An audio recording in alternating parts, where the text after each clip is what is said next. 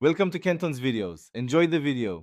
You begin by confirming compatibility and protecting your data.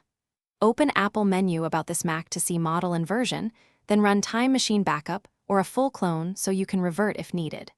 Once done, free at least 20 to 30% of disk space to avoid installer errors and plug in your MacBook Air to AC power.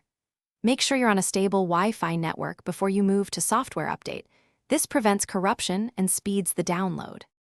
You now fetch and apply the update. Open System Settings, choose General then Software Update. The system will check for available updates and show either Update Now or Upgrade Now. Click the appropriate button and watch the download percentage. Large upgrades can take 20-60 minutes depending on speed.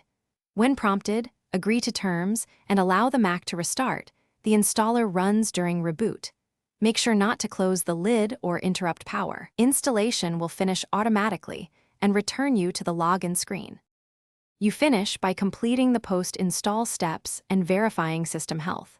Follow the Setup Assistant, sign in with your Apple ID, then open System Settings to confirm preferences and privacy permissions.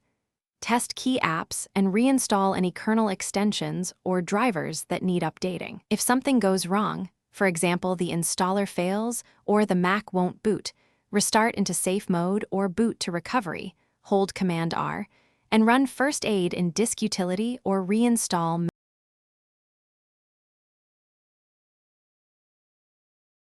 Thanks for watching. Consider subscribing if we helped you.